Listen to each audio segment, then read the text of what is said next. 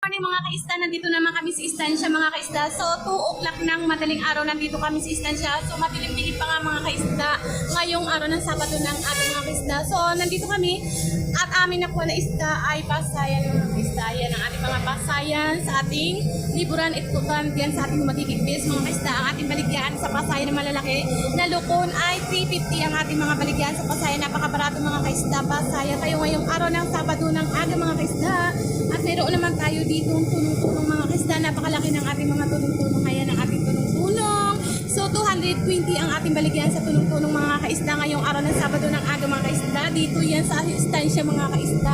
Tulong-tulong kayo dyan. Napakasarap siya sa bawan mga kaista. Ang pangatlo naman natin nakuha ay Dorados mga kaista. Napakasarap siya sa bawan mga kaista.